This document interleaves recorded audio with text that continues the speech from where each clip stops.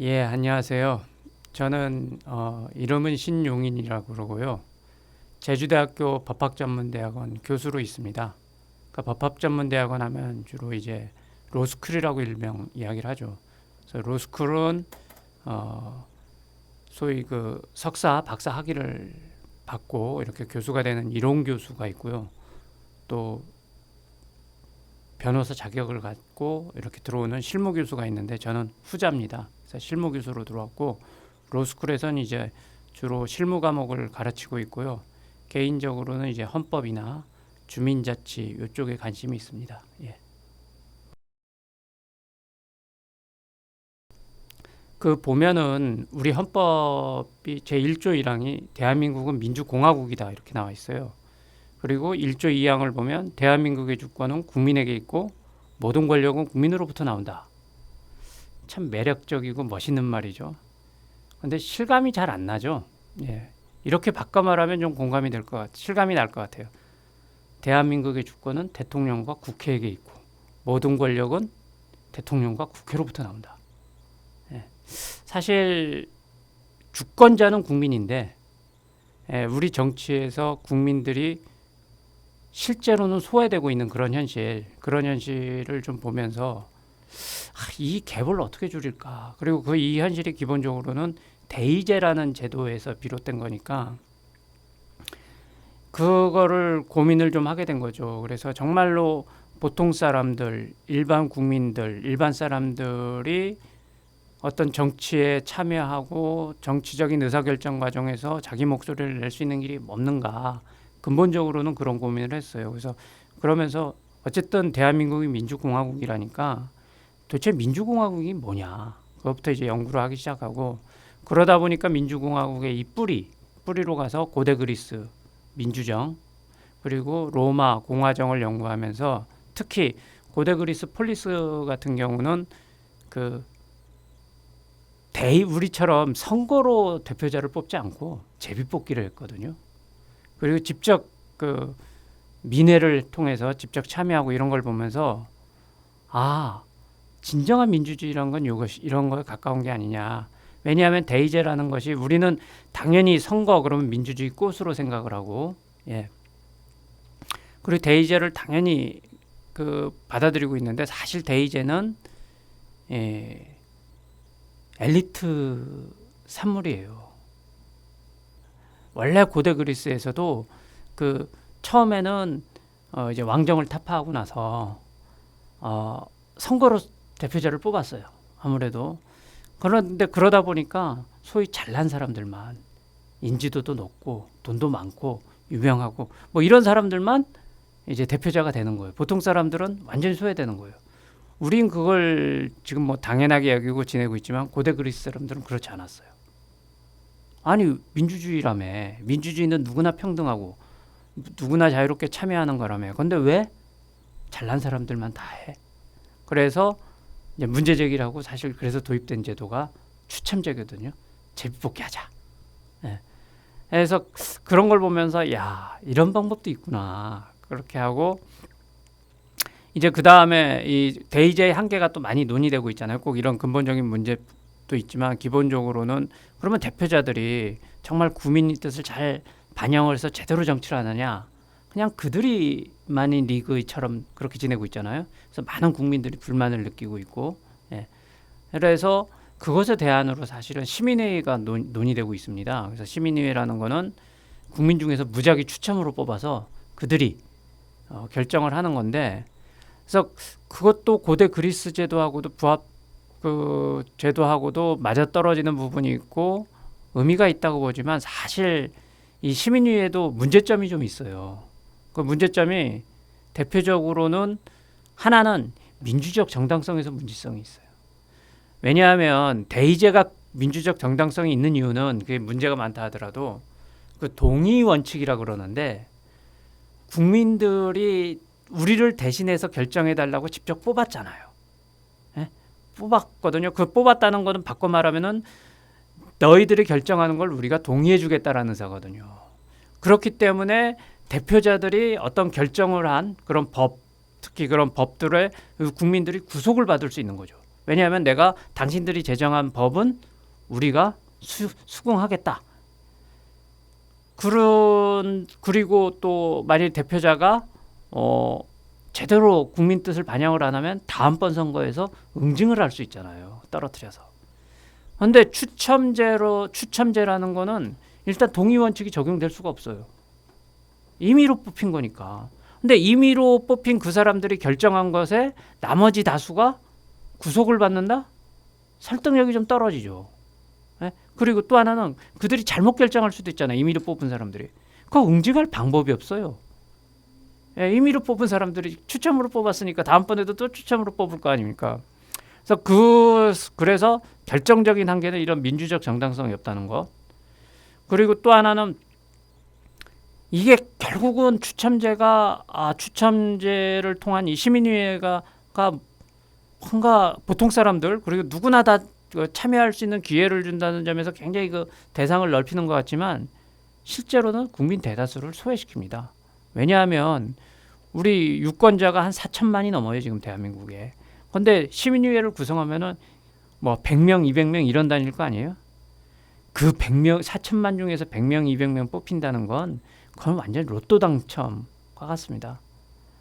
그러다 보니까 대다수 국민들이 오히려 선거 때보다 더 무심해져요. 선거는 그래도 내가 뽑는 행위라도 있죠. 추첨제 시민의회는 나하고 전혀 무관한 거예요. 로또 당첨되기 전에는. 그리고 실제로 시민회의가 성공적으로 운영됐다고 하는 이런 아일랜드나 이런 데도 들어보면 일반 시민들은요. 시민회의가 있는 줄 모르는 사람이 태반이에요. 그러니까 결국은 시민의회도 이렇게 국민을 결국 소외시키는구나. 민주적 정당성이 없고 또 국민을 이렇게 소외시킨다면 과연 그 대의제보다 더 우월하냐. 대의제를 보완할 수는 있겠지만 또 그런 시민의회 시민의회에 결정권을 줄 수 있겠느냐 이런 문제들이 있거든요. 그러면 그걸 보완할 수 있는 방법은 없을까? 사실 거기서부터 이제 고민이 시작된 거고 그런 민주적 정당성도 좀 확보하면서 어떤 대의제의 한계도 극복을 하면서 또 시민들이 실질적으로 참여할 수 있는 그런 어떤 시스템, 집정 민주주의가 아니면서도 그런 것들을 이제 고민한 것이 지금과 같은 다층적 시민의회를 제안하게 된 계기가 된 거죠. 다층적 시민의회는요 이렇게 예를 들어야 될까요? 일단은 다층적 시민의회는 읍면동 단위에서는 주민총회를 두고요. 시군 자치구 단위에서는 기초시민의회를 두고 광역 자치단체 수준에서는 광역 기초시민의회를 두고 전국 단위에서는 이제 전국 단위의 시민의회를 두는 이렇게 4가지 시민의회가 있어요. 이렇게 계층별로. 예를 이렇게 들은 게 좋을 것 같아요. 이제 우리 국민대학이 이제 성북구 정릉동에 있죠. 그러면은 의원은 어떻게 뽑느냐? 제비뽑기로 뽑는데 일단 주민총회, 정릉동 주민총회는 그건 주민총회니까 누구나 참여할 수 있어요. 여러분들 혹시 아시는지 모르겠지만 대한민국에서 지금 우리나라에서는요. 그 주민자치회 시범사업을 하고 있습니다. 읍면동마다. 그래서 전국에 한 읍면동에 한 3,500개 되는데 그중에 1,400개 정도가 지금 시범사업을 하고 있는데요. 그 시범사업 내용 중에 주민총회가 있어요. 그러니까 주민총회를 열고 있습니다. 실제로. 근데 이제 주민총회가 이제 실질적인 권한이 없어서 뭐 무늬만 주민자치 아니냐 이런 비판도 있지만 실제로 우리 열리고 있거든요. 그러니까 그 주민총회 제도를 활용하면 될 거예요. 그게 이제 읍면동 단위고 그러면 이제 시군 자치구하고 시도하고 이제 국가 단위 있는데 그 위원은 어떻게 뽑느냐? 일단은 자원을 하는 거죠. 주민 중에 해당 구역에 있는 주민들이 자원을 하면 제비뽑기 합니다. 제비뽑기 하니 근데 이제 시군 자치구는 해당 그 시군구에 있는 사람 중에서 1차 제비뽑기 해갖고서 뽑힌 사람, 뭐 읍면동 단위로 뽑겠죠. 그래서 읍면동에 인구가 많은 동 그런 경우는 좀 많이 한 4-5명, 적은 동은 뭐 1-2명 이렇게 해서 뽑고 그러면은 시도는 어떻게 뽑느냐? 시도는 그러니까 신청은 자기가 이거예요. 중복 신청은 안 돼요. 그러니까 시군 자치구를 신청한 경우, 그러니까 기초자치를 신청한 경우에 있어서는 시도나 전국은 신청 못하고 또 시도를 신청하면 기초나 전국은 신청 못하고 전국은 또 마찬가지고요. 그러면데 이제 그러면은 시군 자치구는 그렇게 뽑고 시도는 일단 시군과 자치구에서 1차로 뽑힌 사람들을 다시 또 시도 단위에서 2차로 뽑죠. 그러니까 당첨될 확률은 시군 자치구보다 훨씬 떨어지죠. 예.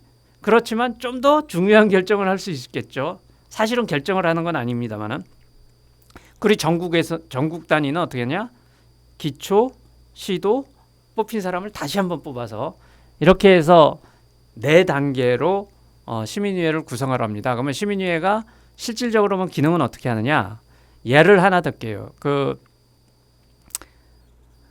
우리가 이번 총선에서 그 위성정당 문제가 굉장히 심각했잖아요. 사실 위성정당이란 것이 원래 그 연동형 비례대표제라는 거는 다양한 목소리, 소수의 목소리를 많이 반영할 수 있도록 그렇게 해서 만든 제도인데 위성정당이 만들어짐으로써 완전히 이거 편법 탈법이죠.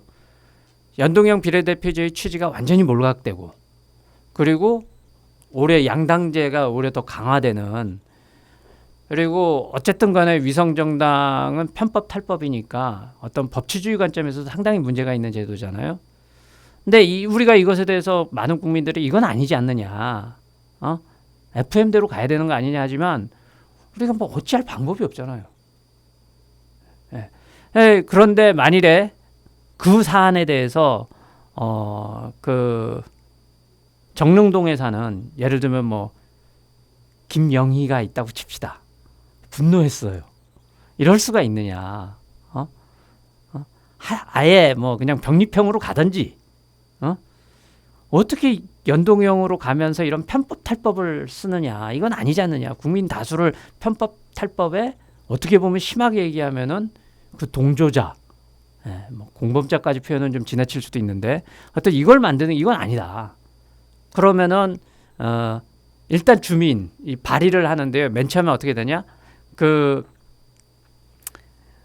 정릉동 주민총회에 발의를 해요. 근데 발의를 혼자 하는 게 아니라 최소한 주민 한 50명 정도의 서명을 받아서 그리고 그렇게 발의를 할 때 이게 법적으로 좀 어려운 문제니까 변호사라든지 기타 전문가의 자문도 좀 받을 수 있게 하고요. 그래서 발의를 해서 이제 그러면은 이제 주민자치회장이 아마 총회를 이제 열게 돼서 총회에서 이거 지금 위성정당 금지법이 발의됐는데 우리 한번 검토해 보자.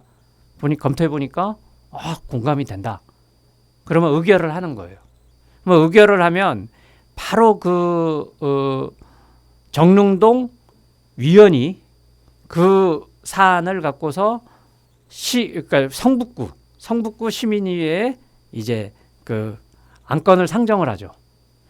그런데 이 시민위원들의 특징은 대의제하고 이것도 설명을 해야겠네. 대의제랑 좀 다른 점은 대의제는요. 사실은 의원들이 결정하잖아요. 그리고 그 결정에 국민의 구속을 받는 건 아니에요. 그렇잖아요. 법적인 구속이 없잖아요. 의원들이 무슨 국민의 뭐 법을 만드는데 국민의 뜻을 위반했다 해갖고서 법적인으로 무효다 이런 건 없잖아요. 자유이임 원칙이라고 그러거든요.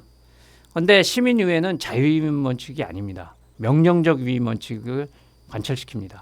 그래서 이 의원은 안건을 상정을 하고 이것들을 주민들한테 설명하고 또 제대로 주민총회에서 결정할 수 있도록 그렇게 조언을 하고 이런 역할을 하지만 스스로 결정을 할 수는 없어요.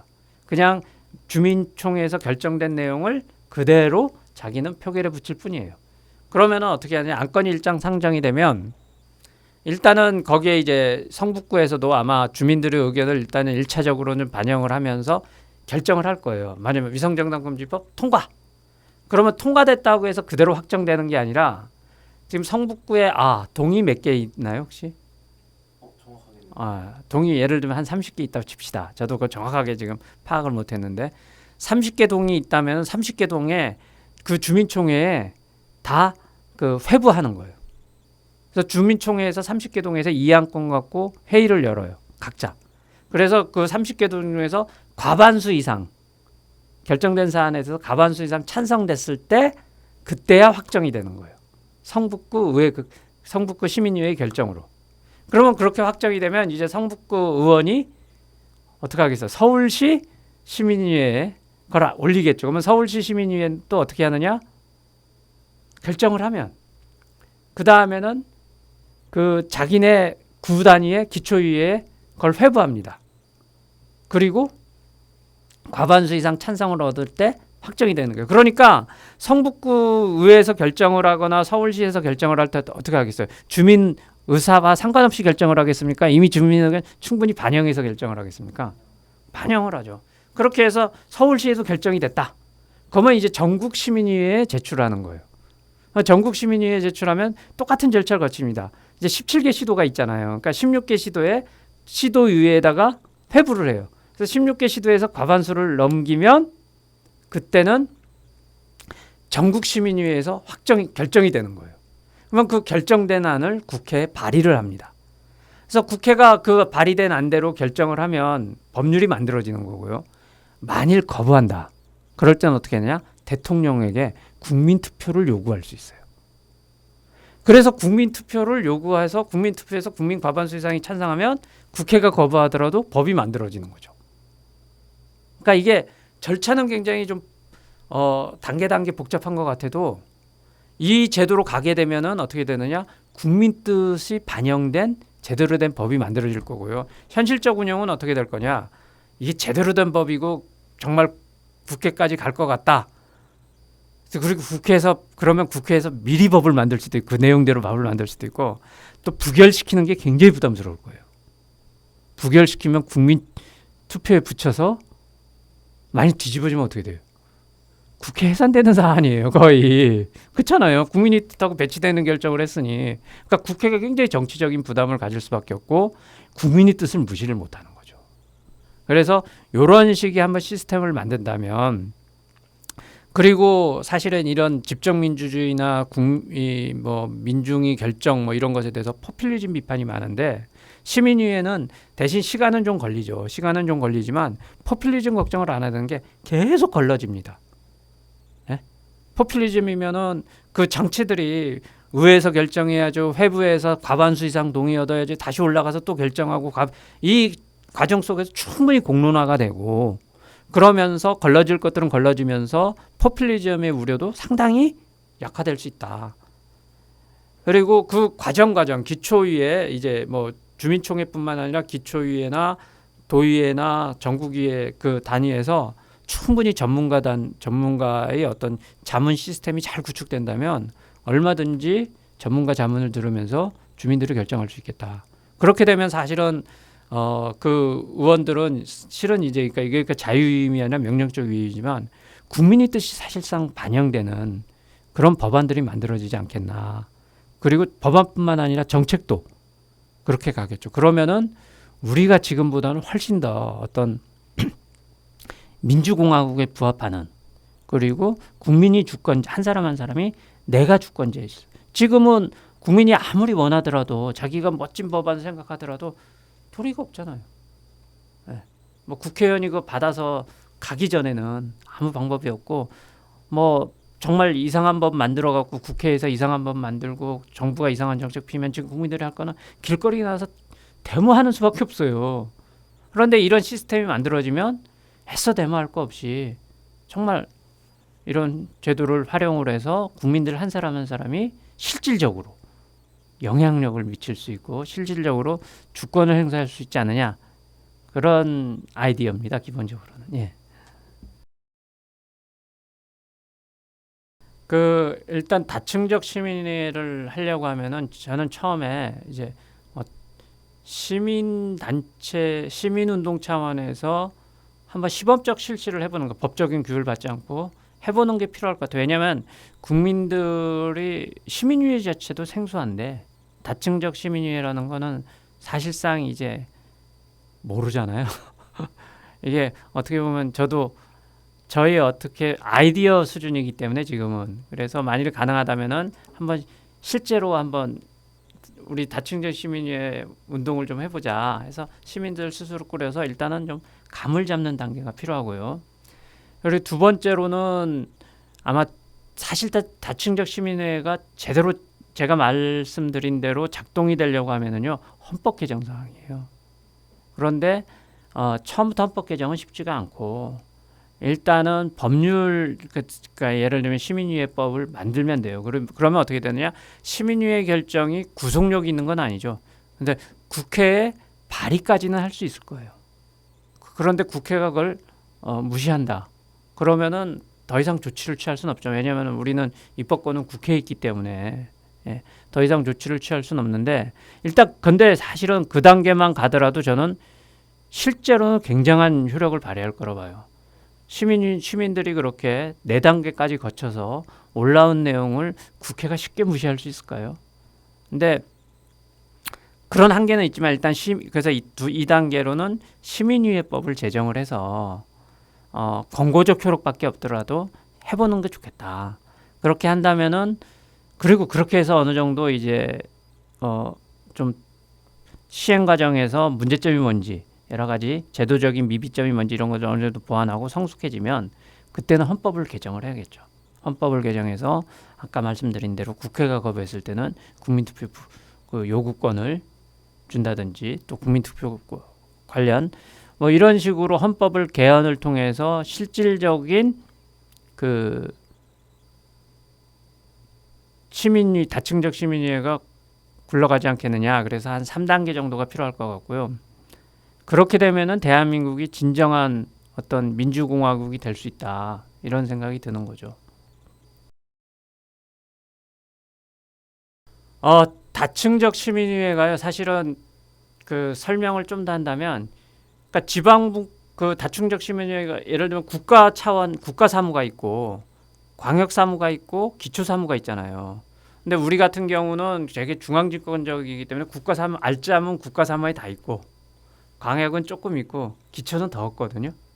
근데 그 미국 같은 연방으로 간다면은 사실 어떻게 되는 거예요? 국가 사무는 대폭 축소가 되는 거고 그 광역이 이제 연방의 주의 역할이 되겠죠. 광역 사무가 엄청 늘어나는 거겠죠. 그리고 또 실질적인 권한을 광역이 갖는 거고 입법권까지 갖게 되니까 우리는 물론 이제 광역이나 기초나 다 조례 제정권은 있지만 조례는 법령이 범위 안에서 제정하도록 돼 있고 또 우리는 국가가 법령을 아주 세밀하게 잘 규정을 해놔갖고 재량이 별로 없습니다. 법령을 위반해서는 안 되니까요. 그런데 미국 같은 나라라든지 독일이라든지 그런 나라들은 이제 연방 국가이기 때문에 주가 아예 헌법도 갖고 있고 주 차원에서 상당한 재량이 있거든요. 그래서 그런 거고 그러면은 이런 식의 차이가 있는데 우린 중앙 집권적이고 그건 이제 지방 분권적이고 이런 차이가 있는데 아까 시민위회를 일률적으로 얘기했는데 예를 들면은 기초자치단체에서 다룰 수 있는 사무 이거는 기초위에서 끝나는 거예요. 네? 기초위에서 그리고 광역자치에서 다룰 수 있는 사무는 기초위의 결정이 광역까지는 가겠죠. 그러나 거기서 끝나는 거겠죠. 그러니까 예를 들면은 뭐랄까 지금 기초위에서 다루는 그 사안 중에 뭐 아주 기본적인 인허가권 같은 거 그것이 지금 어떤 문제가 있다. 그러면은 만일에 인허가권과 관련돼 갖고 이걸 좀 바꿔야 된다. 이렇게 뭐 구체적인 사례를 얘기 들긴 좀 그렇겠고 바꿔야 된다 그럴 때는 기초위에서 처음에 주민총회에서 결정을 하겠죠. 누군가가 제안을 할 거고 주민총회에서 결정을 하면 이제 기초위에 올라갈 거고 기초위에서 결정이 되면 다시 나머지 읍면동에 회부가 되잖아요. 회부가 돼서 과반 이상 찬성해서 확정이 되면 바로 기초자치단체의 시군구의회가 있잖아요. 시군구의회에 발의할 수 있는 거죠.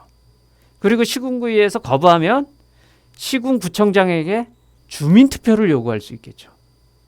그렇게 해서 기초위의 사무 같은 거는 기초단위에서 해결하게 하고 또 광역은 아까 말씀드린 대로 절차를 거치면 되겠죠.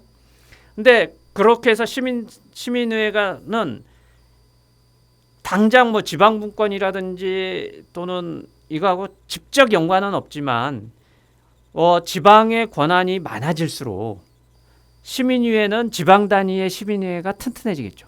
그리고 사실은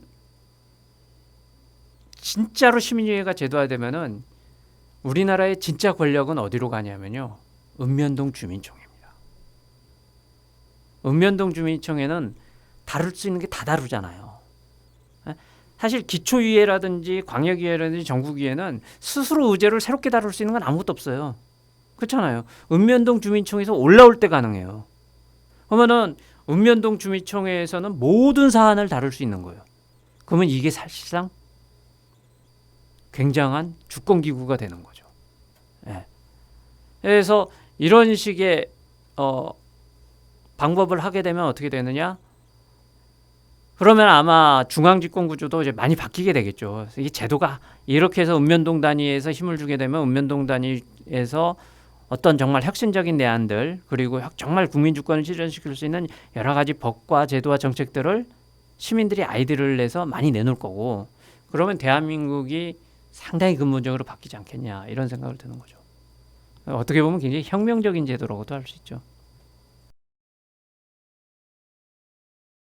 지금 다층적 시민위원회는요. 전 세계에서 제가 알기로는 도입된 나라는 없는 걸로 알고 있고 어떻게 보면 이제 새로운 아이디어인데 조금 원론적인 이야기를 좀 해볼게요. 정치의 본질이 뭐냐? 예, 이 정치라는 거는 사실은 공동선을 실현하는 거예요. 그래서 우리가 공동선 그러면 이 굉장히 그 어떤 정신적인 걸로 이렇게 생각할 수 있는데 공동선을 영어로는 이제 코먼굿이라고 그러거든요. 예, 코먼굿인데 영어에서 굿 이거는 단순히 정신적인 게 아니라 물질적인 것도 포함되고 있습니다. 재산, 재화 이것도 굿이잖아요. 예. 그러면 공동선을 실현한다는 거는 사실은 공동의 것을 정의롭게 나누는 거예요. 그러니까 정치의 본질이 뭐냐? 공동의 것을 고르게 정의롭게 나누는 것. 그게 정치의 본질입니다. 개인의 것은 개인이 자기 뜻대로 써도 되지만 공동의 것을 지가 자기 뜻대로 임의로 써버리면 안 되잖아요. 그러면 어떻게 나눌 것이냐 이것도 중요하지만 또 하나는 누가 나눌 것이냐가 굉장히 중요한 문제입니다. 누가 나눌 것이냐 관련돼서 전통적으로 세 가지 입장이 있어요. 하나는 한 사람이 아주 똑똑한 한 사람이 결정하자. 어떻게 나눌지. 그걸 군주정이라고 부릅니다. 군주정. 그리고 한 사람이 결정은 조금 그러니 똑똑한 소수의 사람들이 모여서 결정을 하자. 그걸 귀족정이라고 불러요. 그런데 또 하나는 우리 다 함께 모여서 결정하자. 그걸 민주정이라고 부릅니다. 원래는 민주정은 우리 다 함께 결정하는 거거든요. 네. 그런데 이제 대의제가 도입되면서 사실 대표자가 결정하는 걸로 바뀌었잖아요. 그렇다 보니까 우리 지금 대통령 또는 그 시도지사, 시장군수구청장 이걸 보면은 행정에 있어서는 이 사람들이 결정하거든요. 그러니까 이거 일종의 군주정입니다. 단지 선출되고 임기가 있는 군주죠. 그죠? 혼자 결정하니까 군주예요. 근데 국민이 뽑으니까 선출된 거고 임기가 있죠. 그리고 국회, 지방의회 이거 민주정인가요? 귀족정인가요? 소수의 사람들이 결정을 하는 거거든요. 그러면 우리가 다수의 사람들이 다 같이 참여해서 결정하는 시스템 뭐 국민투표라고 꼭 없는 건 아니지만 국민투표는 대통령이 특별한 사안에 한해서 부의할 수 있어요. 그러니까 대한민국은 사실 엄밀히 보면 민주공화국이라고 하지만 군주정과 귀족정이 있고 민주정은 없는 체제예요. 그래서 우리는 국민이 주권자다 그러지만 실감이 안 되는 거예요. 그런 근본적인 문제에서 대의제는 저는 필요하다고 봐요. 5천만이 한 자리에 모여서 결정할 수도 없고 필요하다고 보는데 민주정적 요소를 제도화할 필요 있지 않느냐. 그래서 군주정과 귀족정과 민주정이 상호 견제와 균형을 통해서 좀 더 건강하게 갈 필요가 있지 않느냐. 그래서 그런 차원에서라도 이 다층적 시민의회는 도입될 필요가 있지 않느냐. 굉장히 원론적인 주장인 거죠. 굉장히 혁명적인 것 같지만 사실 민주공화국을 민주공화국답게 만들자고 하는 제도예요. 특히 우리나라 경우는 우리나라에 지금 산적한 문제들이 얼마나 많습니까? 뭐 빈익빈 부익뿐만 아니라 뭐 전체 중앙집권, 뭐 지방소멸 문제, 청년 문제, 또 뭐 입시지역 학벌, 뭐 굉장히 고령화로 인한 문제, 저출산 문제, 뭐 기후 변화. 원래는요 이런 것들은요 이 정치권에서 정말 치열하게 고민하고 토론하고 그러면서 정말 국민을 위해서 제대로 결정을 하고 그래야 되는 거거든요. 근데 우리 정치권이 별로 그런 것 같지가 않아요. 그것보다는 사실은 권력 투쟁에만 해서 그냥 서로 그냥 대립하고 어떻게 하면 권력을 정권을 차지할까요? 상대 발목 잡기, 상대 죽이기 그러면서 오히려 우리 이 정치권만 또 그러면 좋은데 아예 또 이게 사회 전반적으로 퍼지면서 우리 사회에 어떤 양극화 현상, 정치 양극화 현상 이래갖고 뭐 남남분열, 뭐 이념 대결 이것도 엄청 심각한 상황이잖아요. 예. 그런 걸 보면서 이런 문제들을 좀 진지하게 토의하고 토론할 수 있는 어떤 그런 공간이 있어야 되지 않을까? 근데 만일에 다층적 시민위회가 도입이 된다면 다층적 시민회가 그런 역할도 할 것이다. 그리고 그럼으로써 지금의 어떤 정치 과잉으로 인한 어떻게 보면 과잉으로 인한 이 진영 논리와 대결의 정치, 진영 대결의 정치를 좀 완화시키고 국민 통합에도 좀 기여할 수 있지 않을까 이런 생각을 합니다. 예. 아까도 예를 들면 정치권이 해결하지 못하는 문제들을 시민위회가 풀 수 있어요. 아까 그 선거 제도나 선거법 같은 경우요. 사실 이게 선거법이나 선거제도가 이게 국회의원들이 이걸 결정한다는 것이 좀 넌센스인 게 아니 어떤 경기를 할 때 선수들이 그 경기 규칙을 결정하면 되겠어요? 그것도 힘 있는 한 두 선수가 합의를 봐갖고 이렇게 규칙을 결정하면 그게 공정한 선거 규칙이 경기 규칙이 나오겠습니까?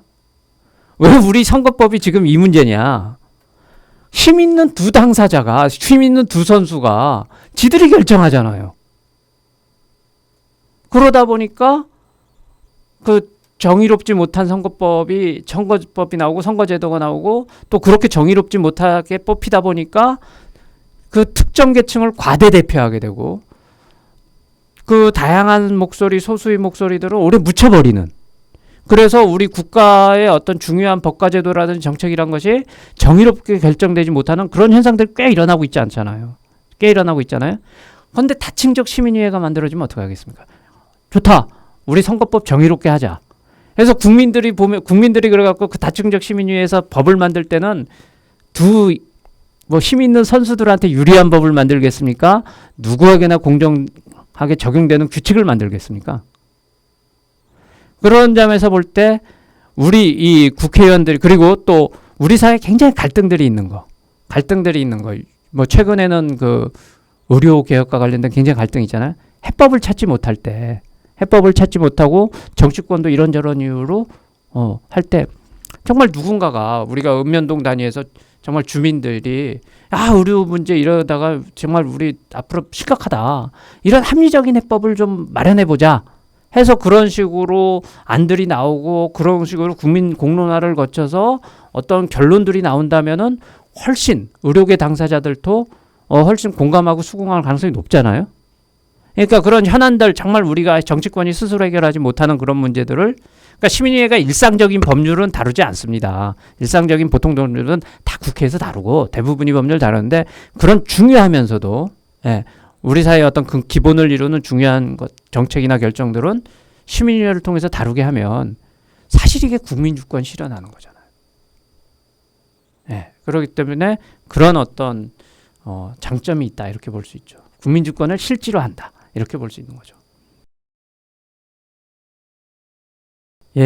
그 시민위회를 이야기하면서 저는 어떤 걸 느끼냐 하면은 시민위회를 지금 이야기를 하고 그랬는데요. 정말 그 헌법 1조 2항은 제 가슴을 울려요. 대한민국은 민주공화국이고 대한민국의 주권은 국민에게 있고 모든 권력은 국민으로부터 나온다. 이게 가슴을 울리는데 우리 현실에서는 그렇지 못하거든요. 예. 근데 우리 역사를 이렇게 돌이켜 보면 이 정치적 변혁을 누가 이뤘나? 정치인들이 이루지 않았습니다. 예. 우리 고비고비 이 헌법이 위기, 정치 위기, 어떤 독재로 치달을 때 그 독재를 극복하고 어떤 민주주의를 다시 회복한 사람은 정치인들이 아니에요. 국민이었어요. 4.19 혁명. 예? 그리고 부마 항쟁을 통해서 또 광주 항쟁을 통해서 또 60 민주화 운동을 통해서 결국 고비고비마다 국민들이 나서서 국민들이 이 민주주의를 지켰습니다. 저는 이 다층적 시민회에도 이게 정치인들이 나서서 제도화할 거라고 생각 안 합니다. 네, 생각 안 합니다. 근데 이거를 하려면 어떻게 해야 되냐? 국민 한 사람 한 사람이 사실 이런 부분에 대해서 깨어있고 내가 주권자로서 분명하게 어떤 주권자로서의 그 권한을 행사하겠다. 그런 의지를 가질 때 그럴 때 아마 다층적 시민위에도 공론화가 될 수 있고 또 제도화의 길이 열리지 않을까 이런 생각을 합니다.